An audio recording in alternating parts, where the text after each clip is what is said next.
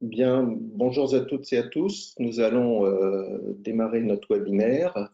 On vous remercie déjà d'être présent sur ce webinaire qui est organisé par la Fédération des tiers de confiance du numérique. Et donc, comme c'est indiqué, l'objectif de ce webinaire, c'est de nous aider à mieux comprendre le règlement eIDAS.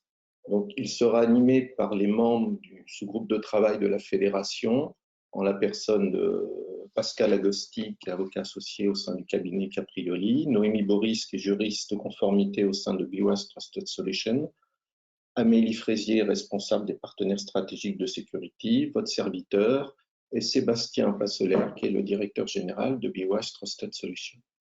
Notre groupe de travail, en fait, il a pour ambition de rendre, évidemment, de s'intéresser fortement à eIDAS, sur notamment ses implications et impacts, et d'aider à rendre eIDAS plus accessible, plus compréhensible.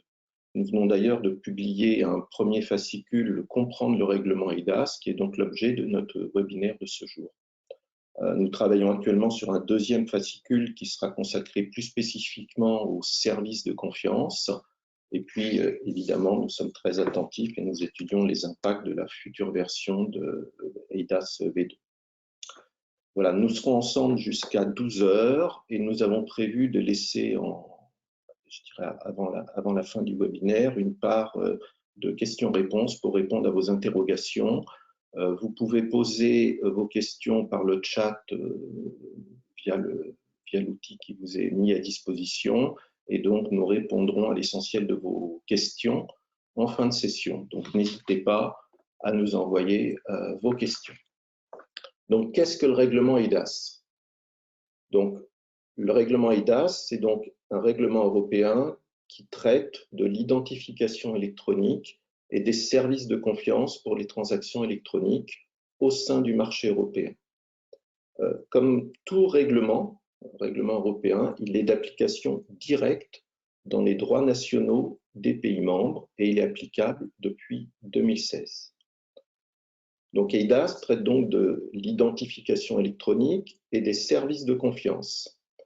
Il nous semble important de bien définir exactement qu'est-ce que l'identification électronique et les services de confiance.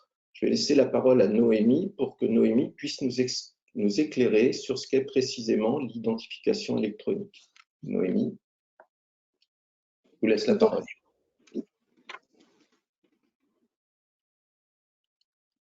Donc bonjour à tous. Donc l'identification électronique, elle est définie donc par le règlement eIDAS comme le processus consistant à utiliser des données d'identification personnelle sous une forme électronique représentant de manière univoque une personne physique ou morale ou une personne physique représentant une personne morale. Plus globalement, l'identification électronique, c'est aussi un aspect essentiel de la vie quotidienne dans le monde numérique.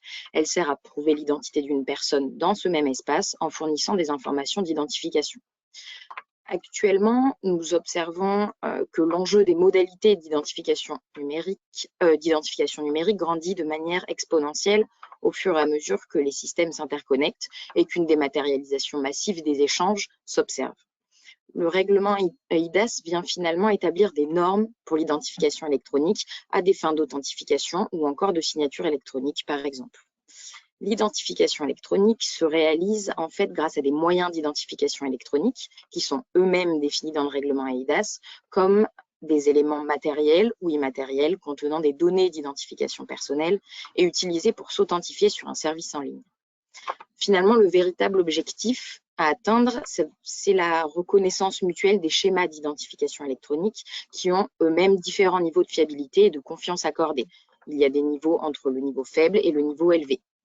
Lorsqu'une identification électronique est exigée en vertu du droit national pour accéder à un service en ligne fourni par un organisme du secteur public, dans un État membre, alors le moyen d'identification électronique délivré par un autre État membre est reconnu dans le premier État membre aux fins de l'authentification transfrontalière.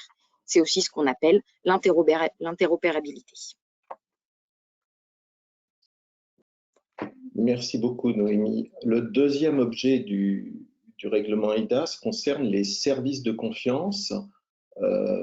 je vais laisser la parole à Amélie pour que Amélie, vous puissiez nous décrire exactement qu'est-ce que sont les services de confiance qui sont traités par EIDAS. Merci Vincent. Donc, bonjour à tous également.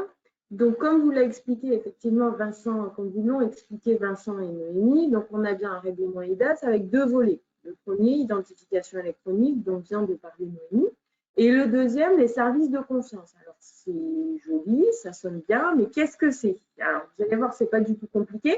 Un service, on est bien d'accord qu'en général, dans le secteur du numérique, un service, c'est rendu contre rémunération. Donc, c'est en général la définition qui est faite d'un service de confiance. Et bien évidemment, ici, on est dans le cadre du règlement EIDAS, donc un service qui va être de confiance et qui va concerner quelque chose du numérique, de l'électronique. Alors, ce quelque chose, qu'est-ce que c'est? Alors, vous avez ici la déclinaison. On va avoir la création de certificats qualifiés, des certificats qualifiés qui servent à quoi? Qui servent ensuite à générer de la signature électronique ou du cachet électronique. On va ensuite avoir comme service de confiance, et c'est normal, c'est logique par rapport à ces certificats qui nous servent à faire de la signature ou du cachet électronique, eh bien, on va avoir derrière la validation, justement, de ces mêmes signatures et de ces cachets électroniques. D'accord? Et bien évidemment, derrière, parce que le règlement EIDAS essaye quand même de mettre un cadre réglementaire autour de pratiques dans le secteur numérique qui se développent de plus en plus. Donc, on a également la conservation des signatures et des cachets électroniques qualifiés. D'accord? Donc là, vous avez déjà trois premiers services de confiance qui concernent les signatures et les cachets électroniques qualifiés. Donc, on le sait aujourd'hui de plus en plus, et ça a été il y a eu un certain bond avec les années Covid, la signature électronique, effectivement, se développe de plus en plus dans nos pratiques en tant qu'entreprise, mais dans nos pratiques aussi en tant que citoyen.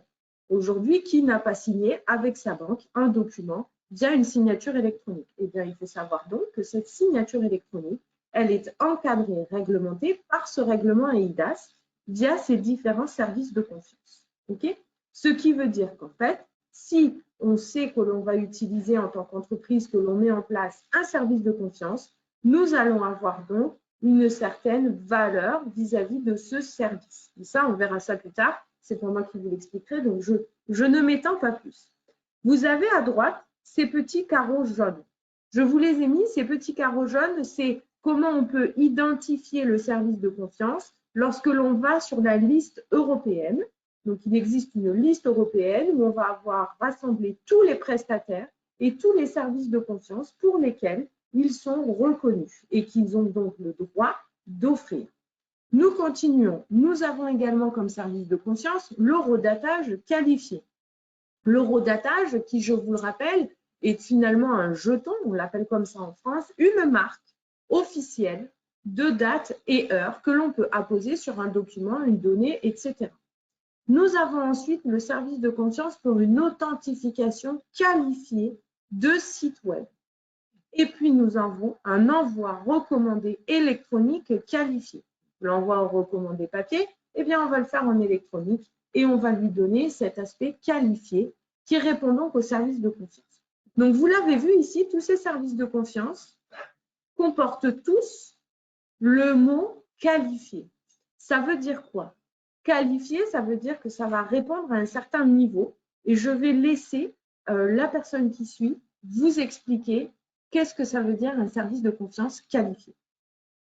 Oui, effectivement, parce qu'on entend parler de service de confiance. Là, vous avez parlé de service de confiance qualifié. Donc, il est effectivement important, Pascal, de bien nous décrire quelles sont les subtilités entre ces deux termes. Bien sûr. Bonjour à toutes et tous et encore une fois, merci de votre présence à ce webinaire.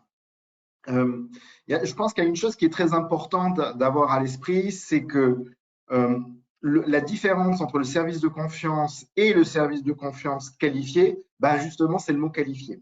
C'est-à-dire que vous pouvez avoir des services de confiance qui sont établis par des prestataires de services de confiance normaux ou qualifiés d'ailleurs, qui sont ce que j'appelle des services standards. C'est-à-dire que les services qui étaient présents dans le slide précédent, vous enlevez le mot qualifié, ça s'appelle service de confiance. Alors, maintenant, qu'est-ce que c'est qu'un service de confiance qualifié? Ben, c'est simple, c'est ce que dit le règlement IDAS, c'est un service de confiance qui répond aux exigences du règlement IDAS. Alors, une fois que je vous ai dit ça, vous vous dites, bon, il est bien gentil, mais qu'est-ce que ça veut dire? Quand vous prenez le chapitre relatif aux services de confiance, vous voyez qu'il y a une chose importante, c'est que le chapitre est scindé en fonction de chaque service de confiance, que on indique à l'intérieur de chacun de ces services la signature, le cachet, l'horodatage, l'envoi recommandé, électronique, l'authentification, que sais-je encore. Vous voyez qu'il y a toujours une première partie. La première partie qui intéresse l'avocat que je suis, c'est la partie effet juridique. Alors, ça sert à quoi d'avoir un service de confiance qualifié? Eh bien, suivant le type de service de confiance, vous verrez que si on est sur de la signature électronique qualifiée, ben, ça aura le même effet juridique qu'une signature manuscrite. N'oublions jamais quelque chose quand on est juriste, c'est qu'une signature manuscrite peut toujours être déniée. Ça veut donc dire, à l'aune de cette équivalence, qu'une signature électronique qualifiée pourra l'être tout autant. C'est prévu notamment en droit français. Après, pour les autres types de services, que l'on parle d'horodatage, que l'on parle de cachet ou autre, eh bien, ce sont des présomptions d'intégrité des données et d'exactitude de l'origine. Ça, on va être sur le cachet. Présomption d'exactitude de la date et de l'heure. Je parie que vous savez que là, je vous parle du service d'horodatage qualifié. Et la présomption d'envoi de données à un expéditeur et de réception de celle-ci à un destinataire, ainsi que le volet date. Ça, vous allez vous douter aussi que c'est l'envoi recommandé électronique. Donc, là, on a des présomptions de fiabilité. Ça veut dire quoi? Ça veut dire que si j'ai un souci et que je me retrouve devant un tribunal, le fait d'avoir une signature qualifiée, le fait d'avoir un horodatage qualifié ou autre, ça va me permettre d'avoir plus de facilité pour rapporter, pour démontrer que la preuve que j'apporte est fiable.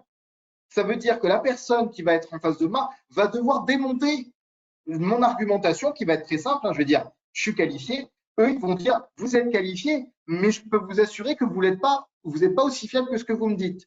C'est ce qu'on appelle en droit français la preuve diabolique. Parce que quand démontrer l'absence de fiabilité, c'est beaucoup plus complexe que de démontrer une fiabilité. Donc, ça, c'est une chose. Et puis, un autre point qui est important, c'est le fait de se dire que c'est un sésame à l'échelle de l'Union européenne. C'est-à-dire que si j'ai une signature électronique qualifiée en France, eh bien, elle a les mêmes effets juridiques de Porto à Riga, donc à l'échelle européenne. Et ce sésame nous permet, par exemple, de mettre en place des services dans des grands groupes qui permettent justement de ne pas se poser la question de l'applicabilité de telle ou telle règle. Si j'ai une signature électronique qualifiée, elle est supposée être reconnue comme étant a priori fiable à l'échelle européenne. Voilà. Donc, c'est bien un service de confiance, c'est mieux qu'un service de confiance standard, c'est ce que je dis, mais ça ne fait pas tout parce qu'il y a une autre condition, mais cette condition, je vais en parler un peu plus tard. Donc, je vous laisse la main pour ce qui suit. Merci beaucoup, Pascal, c'est très clair. Juste avant de continuer, je vous rappelle que vous pouvez poser vos questions au fil de l'intervention, hein, donc n'hésitez pas. Pascal, vous avez parlé des prestataires de services de confiance, donc ça c'est une nouvelle notion, même si on devine bien dans les grandes lignes ce que c'est. Est-ce que Sébastien, vous pouvez nous décrire évidemment dans le détail qu'est-ce qui est recouvert par cette notion de prestataire de services de confiance? Merci Vincent, bonjour à tous. En effet, Amélie et Pascal nous ont parlé de services de confiance et de services de confiance qualifiés, mais ces services, par qui sont-ils délivrés? Ils sont délivrés par un prestataire de services de confiance, c'est ce que rappelle le règlement IDAS dans son article 3.19, en le définissant comme étant une personne physique ou morale qui fournit un ou plusieurs services de confiance en tant que prestataire de services qualifiés ou non qualifiés. Finalement, on n'est pas bien plus avancé quand on a lu cette définition, si ce n'est que on introduit cette notion de prestataire comme une personne morale en général.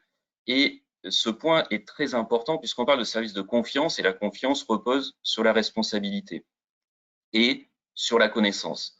Donc, ce prestataire, qu'est-ce qu'il va devoir maîtriser pour pouvoir porter une responsabilité dans le service de confiance? Avant tout, c'est un prestataire technique.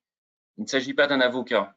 On n'est pas, même si à ce moment-là, on est en train de parler du règlement eIDAS et on parle finalement de texte et de loi, c'est avant tout un prestataire technique qui va maîtriser son environnement technique, chose que ne maîtrise pas forcément son client. Derrière la maîtrise de l'environnement technique, on va parler de différentes choses. On va parler naturellement de sécurité informatique. Il est indispensable que tous les procédés techniques mis en œuvre, on ne va pas rentrer forcément dans les détails de ces procédés, mais on va très souvent parler de cryptographie, on a parlé de preuve de temps, on a parlé de preuve de non-répudiation quand on parle de signature. Donc, on va avoir à mettre en œuvre un ensemble de dispositifs permettant de réaliser des opérations cryptographiques, aussi bien du matériel que du logiciel. Et il appartient à ce prestataire de maîtriser l'intégralité de cet environnement et de pouvoir en faire la démonstration. Maîtrise donc technologique, maîtrise de la sécurité informatique, comment on va s'assurer que le système est protégé contre diverses attaques et on va rentrer dans ce que l'on appelle communément une analyse de risque de façon à pouvoir démontrer le cas échéant devant un juge que l'on avait mis en œuvre les moyens suffisants pour que le service puisse être de confiance et chaque prestataire va réaliser son analyse de risque et mettre l'accent sur tel ou tel point. À titre d'exemple, chez BWise, on est très focalisé sur la maîtrise complète de la sécurité, depuis la sécurité physique, la sécurité logique, la sécurité des données, et nous disposons de nos propres data centers, de nos propres équipements, et nous ne faisons pas appel à de la sous-traitance pour avoir cette maîtrise de la sécurité informatique. Je parlais de sécurité des données, ça va être également un point qui est essentiel puisqu'on va parler d'identité de personnes, on va parler de signataires, donc on va collecter des données personnelles et on va devoir les conserver dans un contexte permettant d'en assurer la sécurité, le règlement général sur la protection des données et naturellement la ligne guide première. Et enfin, on va avoir un suivi et une traçabilité qui va être très importante sur qui accède à quel service, toujours dans l'optique de pouvoir avoir des preuves opposables. C'est également une maîtrise de l'environnement réglementaire que doit avoir ce prestataire de services de confiance. Aujourd'hui, nous parlons du règlement eIDAS. On va avoir un certain nombre de normes sous-jacentes, en particulier les normes TSI, et j'ai fait référence au règlement général sur la protection des données, qui va être naturellement un fil conducteur et une articulation importante avec le règlement eIDAS. On y reviendra un petit peu plus tard. Le fait de maîtriser le tout et de ne pas être un avocat et un juriste en tant que prestataire de services de confiance n'empêche pas d'avoir un devoir de conseil pour éclairer le client et les utilisateurs de ces services et leur permettre de choisir le bon niveau de service. Est-ce qu'ils ont besoin d'un niveau de service de confiance, un niveau de service de confiance qualifié? Le choix appartient in fine naturellement à celui qui met en œuvre la solution, mais il est important de pouvoir éclairer ce choix. Dans les faits, que fait le prestataire de service de confiance? Il va majoritairement travailler sur de l'enregistrement des identités, sur la traçabilité et l'enregistrement de la traçabilité des actions qui sont réalisées et le maintien, la validité des informations afin d'avoir une opposabilité de tout ce qui a permis de garantir qu'une signature électronique, par exemple, a bien été réalisée par la bonne personne et donc que les preuves en justice pourront être fournies telles que le présentait Pascal précédemment. On va retrouver, on a parlé de services de confiance et de services de confiance qualifiés. De la même façon, on aura un prestataire de services de confiance et un prestataire de services de confiance qualifiés. Et je laisserai la parole à l'intervenant suivant pour détailler probablement un peu plus ces éléments.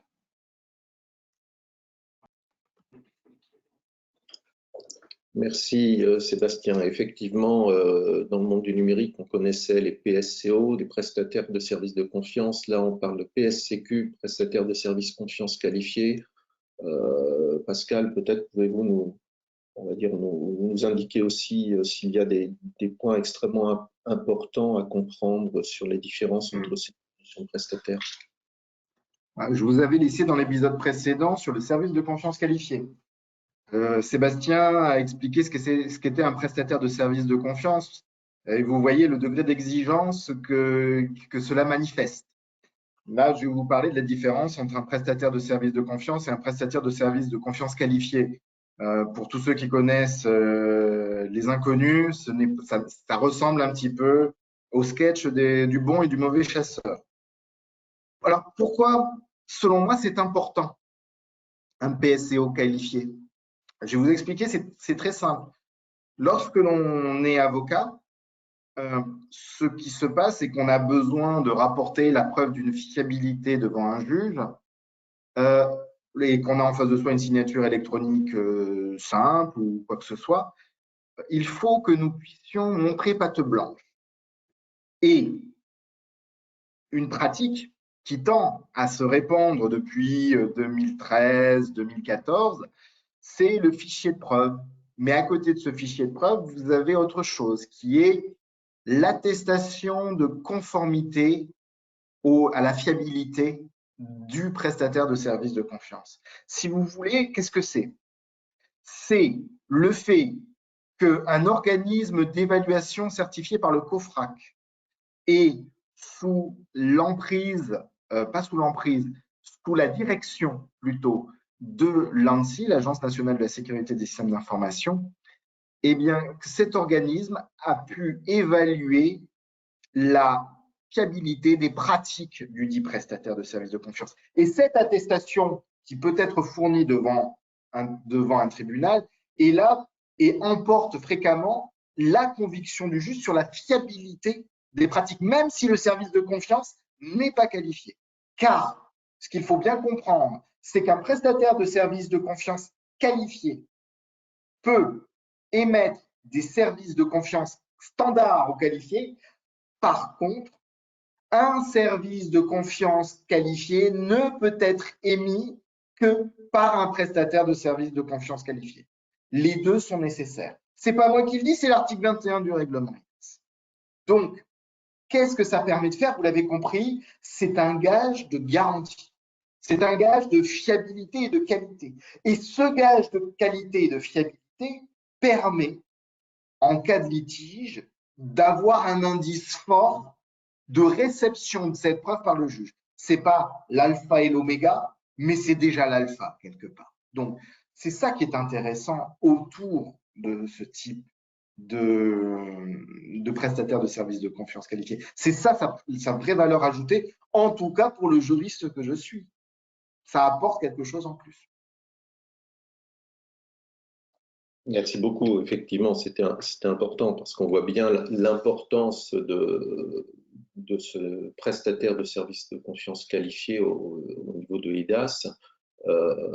Concrètement, comment devient-on un prestataire de services de confiance qualifié, Noémie? Alors, comment devenir un prestataire de services de confiance qualifié? Donc, je pense déjà qu'il est opportun de découper les exigences en 3 critères. Donc, d'une part, le respect d'un référentiel spécifique, la prise d'engagement auprès des utilisateurs et évidemment des exigences qui sont inhérentes à la fonction de prestataire de confiance qualifié.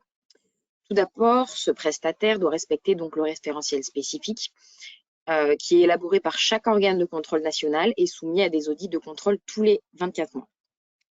Concernant les engagements auprès des utilisateurs, il convient de vérifier l'identité des personnes physiques ou morales auxquelles on délivre un certificat, de fournir à son utilisateur l'historique du statut d'un certificat qualifié et même après sa révocation, de conserver, de maintenir accessible pour une durée appropriée, y compris après que les activités du prestataire de confiance en question aient cessé, les données permettant d'apporter les preuves en justice, comme l'a indiqué tout à l'heure Pascal, tenir à jour une base de données des certificats qualifiés qu'ils délivrent ainsi que leur statut, qu'ils soient valides ou qu'ils soient révoqués. Et enfin, il y a des exigences donc, qui sont inhérentes à la fonction de prestataire de services de confiance qualifié. Donc, il convient d'utiliser des systèmes fiables, autant pour stocker les données qui lui sont confiées que pour protéger contre les modifications et assurer la sécurité technique et la fiabilité de nos processus. Il faut évidemment prendre les mesures nécessaires pour se protéger contre la falsification et le vol de données. Assurer la continuité de service avec un plan de continuité et un plan d'arrêt d'activité, se conformer à la réglementation générale sur la protection des données et maintenir des ressources financières suffisantes ou contracter une assurance responsabilité appropriée. Il convient quand même de rappeler, même si ça a été indiqué par Sébastien, que même si la qualification auprès des organes de contrôle est basée majoritairement sur la technique et sur la qualité du service rendu par le prestataire de service de confiance, cela ne signifie pas que nous n'avons pas de devoir de conseil envers les clients. Cette notion reste toujours primordiale dans la relation contractuelle et donc dans l'utilisation des services, puisque l'information doit nécessairement aller de celui qui est supposé la détenir, donc les prestataires de services de confiance qualifiés, vers celui qui n'est pas supposé la détenir. C'est une pierre angulaire de la confiance numérique.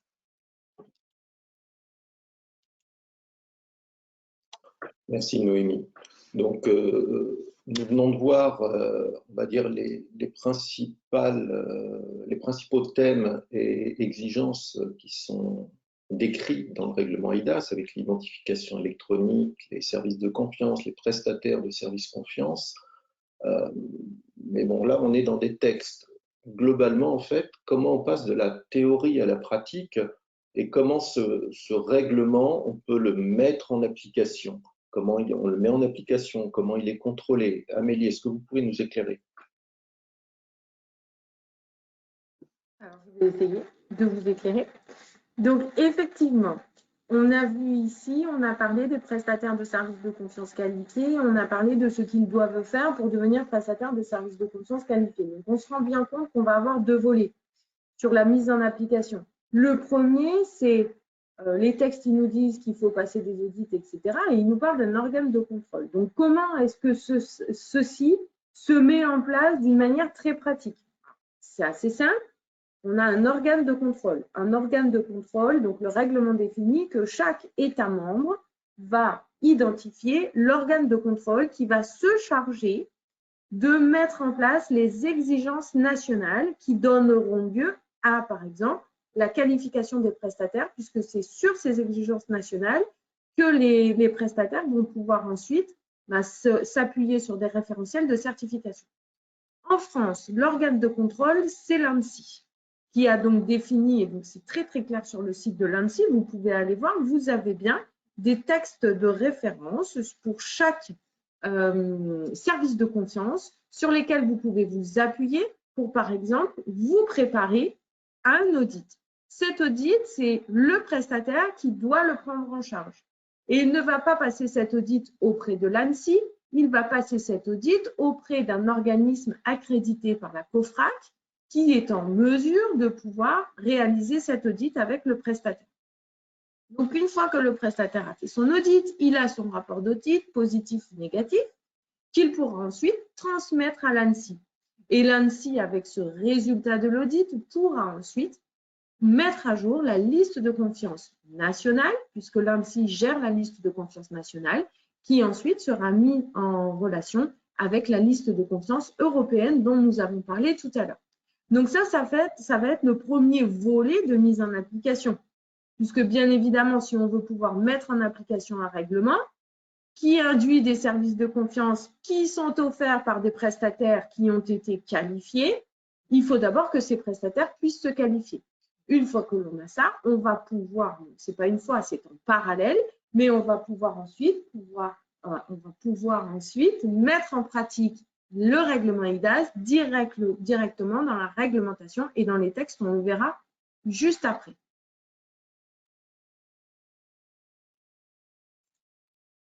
Très bien. Donc, on voit bien qu'en fait, que cet organe de contrôle, il a une importance primordiale, puisqu'il assure, tel que c'est montré sur la roue, on va dire un petit peu tout le process de mise en place et de qualification. Est-ce que cet organe de contrôle, il a potentiellement des marges d'interprétation dans la mise en application de cette qualification, Pascal? Ouais, c'est une bonne question parce que si on se réfère un petit peu à ce que tu disais, Vincent, au tout début, le règlement IDAS est d'application directe, donc il n'y a pas besoin de texte de transposition. Et vous savez très bien que lorsque l'on se retrouve avec des directives transposées dans les différents droits nationaux, eh bien, on peut se retrouver avec des gaps assez importants d'un État à l'autre, de telle façon que l'on puisse rendre une législation plus intéressante pour certains prestataires qui aimeraient à poser les bagages sur tel ou tel État de l'Union européenne. On appelle ça du forum shopping et c'est valable d'un point de vue fiscal, mais ça l'est tout autant d'un point de vue numérique. Vous n'avez qu'à regarder où se situent les sites de jeux en ligne, par exemple. Donc, oui, il y a des marges de manœuvre, mais les marges de manœuvre qui existent, les marges d'interprétation plutôt, ou de petites libertés nationales, n'ont trait qu'à ce que le règlement IDAS ne traite pas expressément. Je m'explique. Lorsque vous prenez le règlement, il y a des phrases ou autres, et nous avons certains États qui se sont engouffrés dans le non-dit de certains de ces petits gaps, de ces petites zones obscures. Vous avez par exemple l'État belge qui, dans le cadre d'une loi du 21 juillet 2016, avait intégré le service d'archivage électronique comme service de confiance. Donc, maintenant, ce qu'on devrait avoir, c'est dans le futur un règlement IDAS qui devrait intégrer le service d'archivage électronique comme service de confiance aussi, mais ils avaient préparé, ils avaient fait en sorte que l'appel, ils ont été préparés avant l'appel de ce règlement IDAS V2. Donc ça, c'est une chose. Ensuite, vous pouvez avoir des marges d'interprétation dans les référentiels d'évaluation. Là aussi, je m'explique. Lorsque l'on se retrouve avec un service de confiance qualifié, chaque organe de contrôle prévoit comment est-ce qu'ils sont mis en œuvre. Vous avez, par exemple, une différence entre les États membres par rapport à des justificatifs d'identité pour des certificats électroniques, pour la délivrance de certificats électroniques à un titulaire déterminé. Pour certains États, je dirais plutôt du côté ouest de l'Union européenne, il y a une certaine exigence, pièce d'identité, passeport ou autre. Dans certains États qui sont plus du côté est, je sais que, par exemple, on m'avait parlé il y a de ça quelques années, peut-être que ça a changé, du fait qu'un permis de pêche était considéré comme un justificatif d'identité. Donc, ce que cela signifie, c'est que l'on peut se retrouver en fonction de cela avec aussi un forum shopping, non pas par rapport au règlement IDAS, mais par rapport à son interprétation. Peut-être que cette vision du forum shopping peut, avec le règlement IDAS V2, s'estomper. Pourquoi? Parce que ce que l'on voit, c'est que il y a un renvoi qui est fait sur deux textes dans la prochaine version du règlement IDAS, le Cyber Security Act pour tout ce qui va concerner les schémas d'identification électronique et la directive SRI2, la NIS2, qui a été publiée en décembre 2022 et qui intègre les PSCO et pour lesquels il va y avoir des schémas qui vont être mis en place par les NISA. Si vous voulez, c'est le superviseur européen de toutes les autorités de contrôle nationales. Donc, on risque de se retrouver ici avec une marge d'interprétation qui devrait diminuer. Je mets un conditionnel parce que, après, pour l'instant, tant que la réglementation n'a pas évolué, on peut toujours se poser la question. Merci, très intéressant. Effectivement, on est toujours dans les grands classiques d'interprétation de ce qui n'est pas explicitement écrit. Et donc, si on regarde la France, concrètement, comment la France a choisi de mettre en application ce règlement EIDAS au niveau national, Amélie?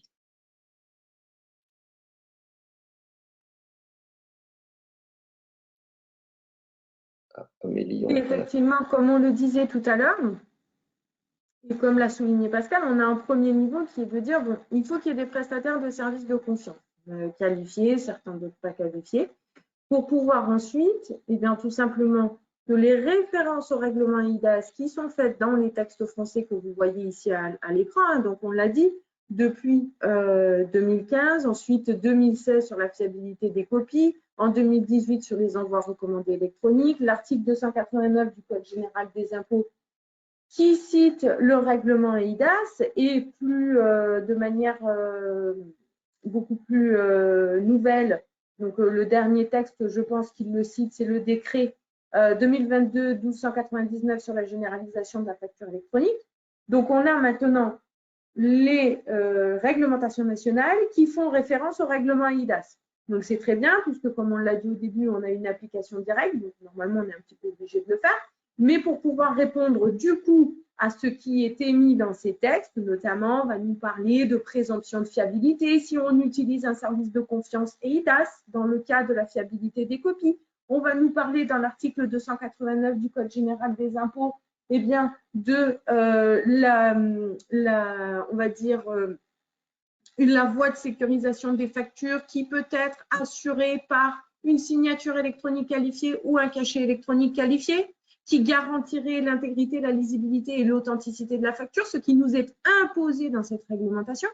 Donc, bien évidemment, il faut pour cela qu'on ait les prestataires et qu'on ait accès aux services de confiance qui vont nous permettre, nous, de faire un choix, puisque ce n'est jamais une obligation, on va dire, stricto sensu d'aller utiliser ce type de service qualifié, mais on a toujours normalement d'autres possibilités, puisqu'on l'a dit tout à l'heure, hein, dans le cadre, par exemple, des services de signature, on ne peut pas refuser une signature qui ne soit pas qualifiée. Donc, on a toujours d'autres options.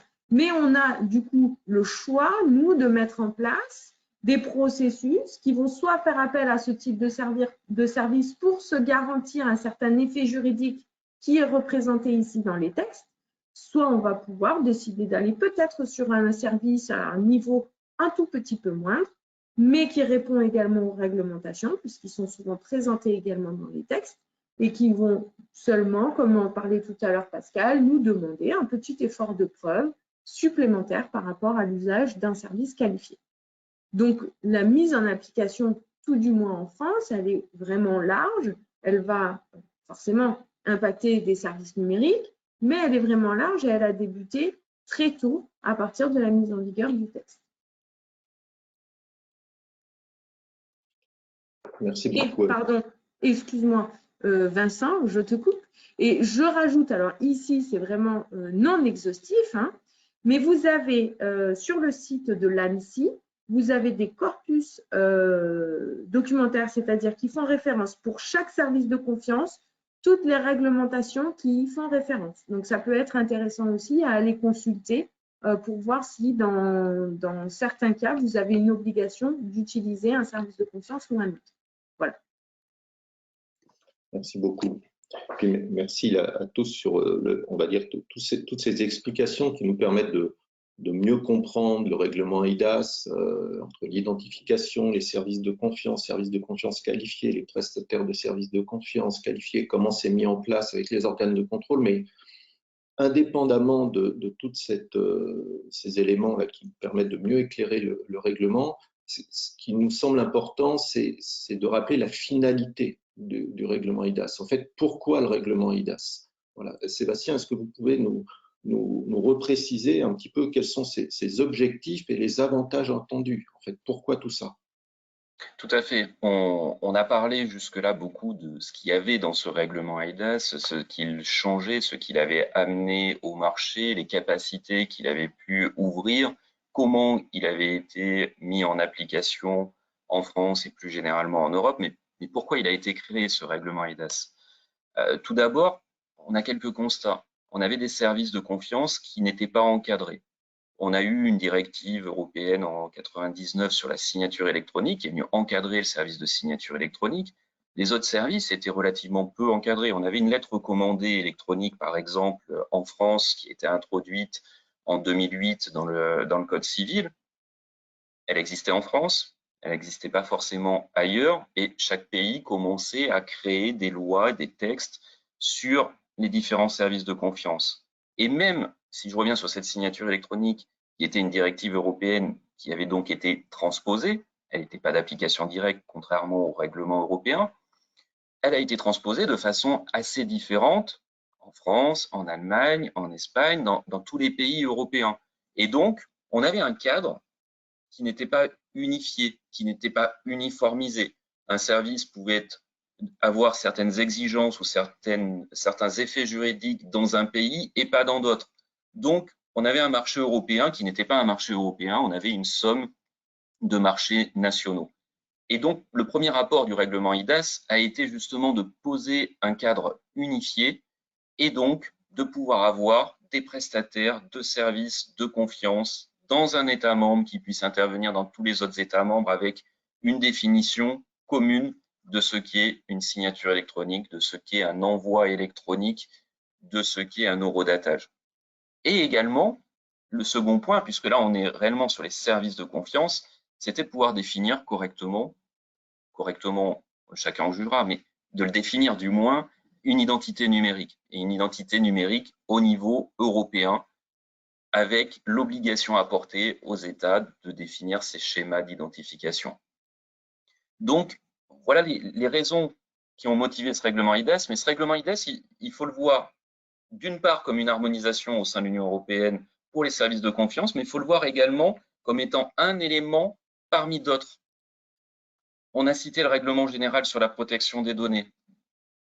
Le règlement général sur la protection des données va parler de consentement. Le consentement, tiens, finalement, une signature électronique, ça peut être un élément pour recueillir un consentement. Donc, on voit une cohérence entre ces deux textes. On va voir une cohérence également avec les directives anti-blanchiment dans le secteur financier qui vont nécessiter une identification électronique. On va faire référence au règlement IDAS.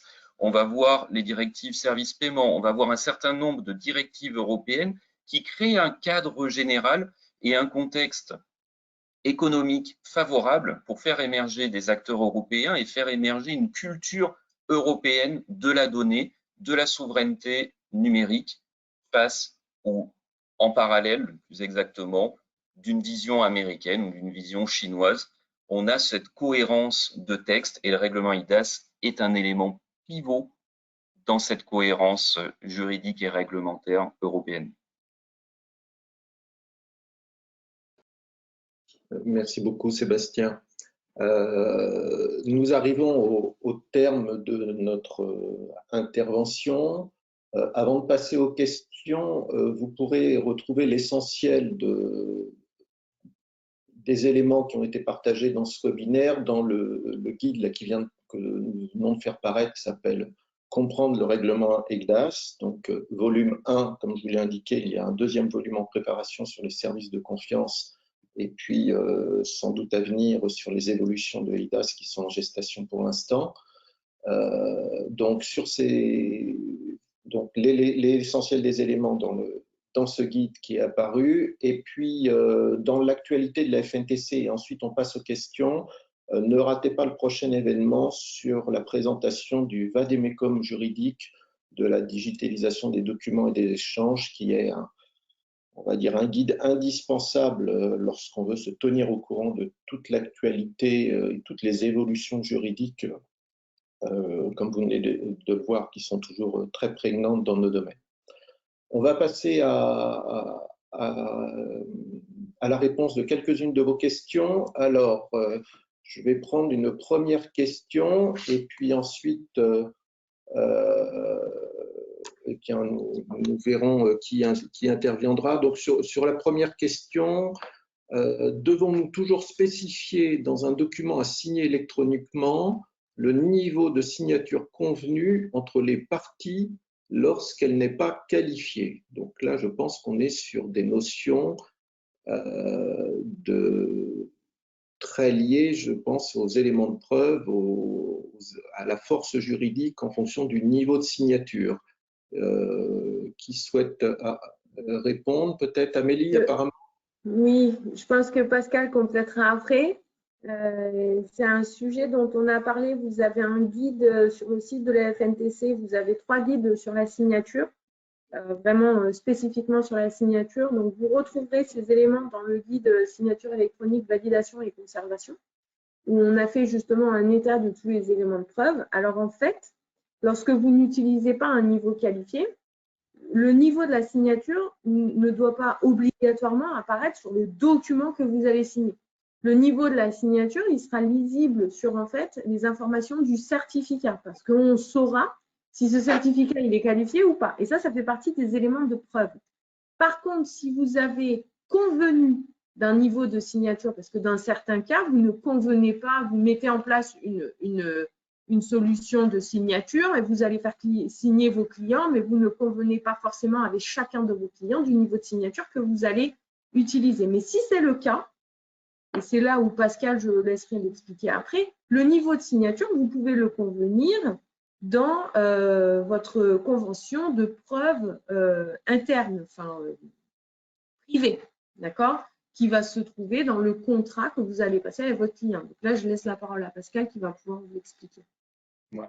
Pour compléter ce que tu dis, Amélie, ce qu'il faut avoir à l'esprit, c'est que lorsqu'on se retrouve avec différents types de documents à signer, eh bien, le niveau et l'exigence qui peut être mise en place, ben, ça va dépendre aussi d'une analyse des risques au préalable. C'est-à-dire que si je me retrouve avec des contrats signés avec plusieurs dizaines de milliers d'euros, peut-être qu'une signature électronique avec un certificat éphémère ou quoi que ce soit pourra être considérée comme étant insuffisante par rapport aux enjeux probatoires aussi. C'est-à-dire que si on se retrouve avec un écrit qui est requis à titre de validité, ben peut-être que là aussi, on aura cette problématique dont je viens de vous parler. Donc, en fait, ce qu'il y a d'important à faire, et c'est ce qu'on fait aussi avec nos clients, hein, tout simplement, c'est une analyse de risque juridique sur la typologie de documents pour déterminer quel va être le niveau de signature pertinent. La signature électronique qualifiée n'est pas forcément toujours nécessaire. Et dans ce cas-là, peut-être que des solutions qui seront plus souples seront plus efficaces aussi. Très bien, merci Amélie et Pascal. Alors, on a une deuxième question. On est effectivement en plein dans le sujet. Pour des prestataires, est-ce qu'il y a une différence entre des prestataires, alors je suppose des prestataires de services de confiance qualifiés, qui ont eu le visa de l'ANSSI, donc des prestataires français, et ceux qui ont eu le visa dans d'autres pays européens? Est-ce que globalement, il y a une différence? Sébastien? Globalement, la différence majeure et peut-être l'unique différence, ça va être leur nationalité. Les effets, comme on l'a vu, on est sur un règlement européen et un prestataire de service de confiance qualifié peut intervenir dans tous les États membres et les effets du service de confiance qualifié sont les mêmes, quel que soit son pays d'origine. Donc, un prestataire luxembourgeois, par exemple, va faire qualifier son service auprès de l'ILNAS et pas auprès de la NSSI. Mais de la même façon, comme le présentait Amélie, on a un organe de contrôle par pays. On va avoir des auditeurs en effet qui sont accrédités, qui peuvent être les mêmes d'ailleurs dans certains pays et qui vont pouvoir amener une qualification pour ce service de confiance qualifié. Il y a des écarts potentiels sur l'application et sur le contenu exact des exigences qui vont être demandées, mais globalement, on va avoir la même approche et surtout les mêmes effets juridiques qu'on ait le visa de la NSSI ou le visa d'un autre organe de contrôle dans un autre pays. Très bien, merci. Il y a une autre question. Alors, j'ai une question sur l'avenir entre le RGS et IDAS, ou alors, je vous laisse le choix de répondre dans la notion de prestataire de services de confiance qualifié, puisqu'on vient passer de l'ANSSI, globalement, la grande question, combien ça coûte? Donc, est-ce que quelqu'un souhaite prendre la réponse sur une de ces deux questions? Éventuellement, je peux peut-être apporter quelques éléments sur la question du coût. C'est toujours difficile de définir le coût d'un audit. C'est naturellement un investissement qui est important, mais c'est pas tant l'audit qui est important. Quand on est prestataire de services de confiance, c'est la mise en place réellement des exigences portées par les différentes normes et finalement cette aide que peut amener également la norme ETSI, les différentes normes ETSI qui sont appliquées sur la façon de rendre le service. Et donc, la nécessité de documenter, de procédurer, d'avoir du contrôle interne, d'avoir de l'audit interne, et ensuite, en effet, d'avoir un audit externe. Ce sont des audits qui ont lieu tous les 2 ans pour la qualification, avec un audit intermédiaire qui peut être selon, ça rejoint la première question, selon les États membres, un audit de surveillance ou un audit interne.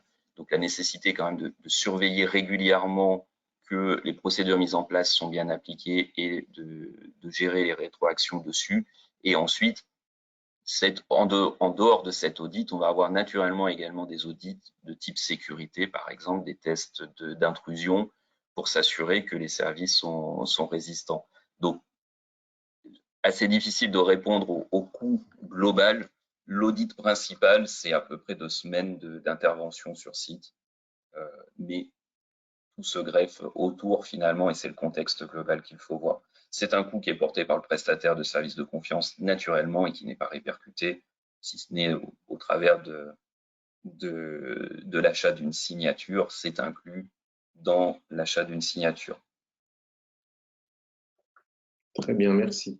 Alors, est-ce que j'ai 2 autres questions? Donc, il y a la question, quel est le devenir du RGS? Sur le RGS? Oui. Alors, par rapport au RGS, la première chose qui est le bon sens, c'est de se référer à ce que veut en faire l'ANSSI. Par rapport à ça, on s'est retrouvé avec maintenant quelque chose, le référentiel général de sécurité, qui est issu de l'ordonnance du 8 décembre 2005 et qui met en avant les mesures à prendre en considération pour certains services pour être référencés au niveau de l'administration. Ce RGS a une version qui est assez vieille désormais et qui ne prend pas en compte le règlement IDAS. On peut supposer, c'est une supposition, mais il faut vraiment se référer à l'ANSSI, on peut supposer qu'une nouvelle version du RGS pourrait, conditionnelle, arriver, mais qui serait radicalement modifiée. C'est-à-dire qu'on peut supposer, vous notez que je mets plein de conditionnels, de choses comme ça, mais c'est nécessaire. On peut supposer que les parties relatives à la signature électronique devraient être mises en dehors du RGS, puisque on voit bien que le règlement IDAS, l'article 29 du règlement IDAS, nous parle bien de quel type de signature électronique a une pleine valeur dans la sphère publique. Donc, il y a quand même des exigences qui sont propres à la sphère publique. Donc, je recommande avant tout de voir avec l'ANSSI par rapport à ce RGS et par rapport au périmètre du RGS.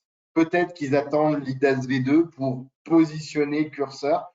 Pour l'instant, je pense que on est sur de la supputation et sur le fait que l'actuelle version du RGS est désormais datée. Alors, ça tombe bien, Pascal, puisque on a, alors c'est pas forcément toi, hein, mais tu viens d'évoquer l'EIDAS V2, et donc on a une question sur est-ce qu'on sait aujourd'hui quelles sont les évolutions qui sont prévues dans EIDAS V2 et est-ce qu'on connaît la date de publication de EIDAS V2? Alors, moi, je vais faire la réponse qui va être très bien par rapport à ça. Nous sommes en train nous avons travaillé sur un fascicule 3. Nous sommes sur le fascicule 2, comme tu l'as très bien dit, Vincent. Le fascicule 3 devrait justement parler de cette IDAS V2. Et on va faire un petit teasing sur quelques mois. On va bientôt en parler. Je pense que c'est l'année qui vient qui devrait donner les clés par rapport à la réponse. Là, on est encore une version qui a été stabilisée par les différentes institutions européennes. Le trilogue ne devrait pas trop tarder à débuter. Enfin, on est dans cette période un peu floue. Donc, on verra un petit peu à l'issue de ce trilogue de ce à quoi va ressembler au bout du compte le règlement IDAS.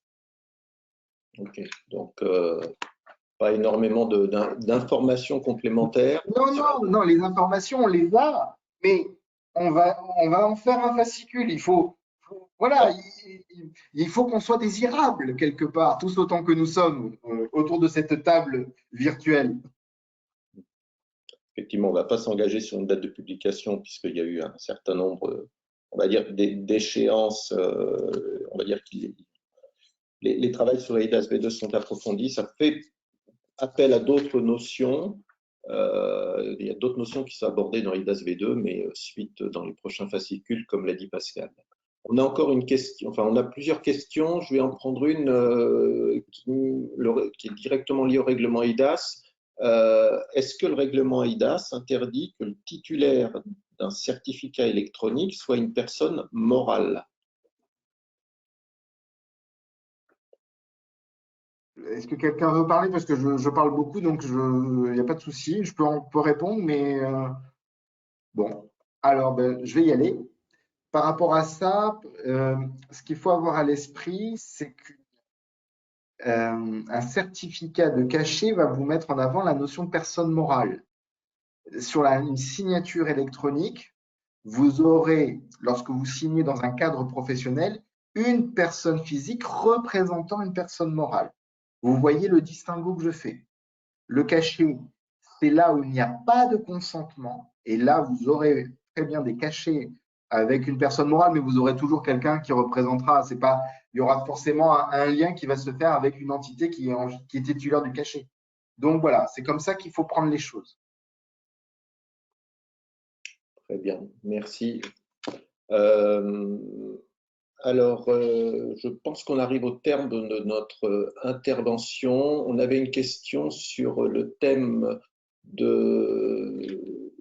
Alors, c'est plus un avis général, parce qu'on n'est pas directement dans l'EIDAS, c'est la tendance dans l'écosystème des cryptoactifs à proposer des systèmes dits d'identification qualifiée, par exemple sur les NFT, et on aimerait connaître à peu près notre avis entre, on va dire, l'écosystème des cryptoactifs et l'identification qualifiée.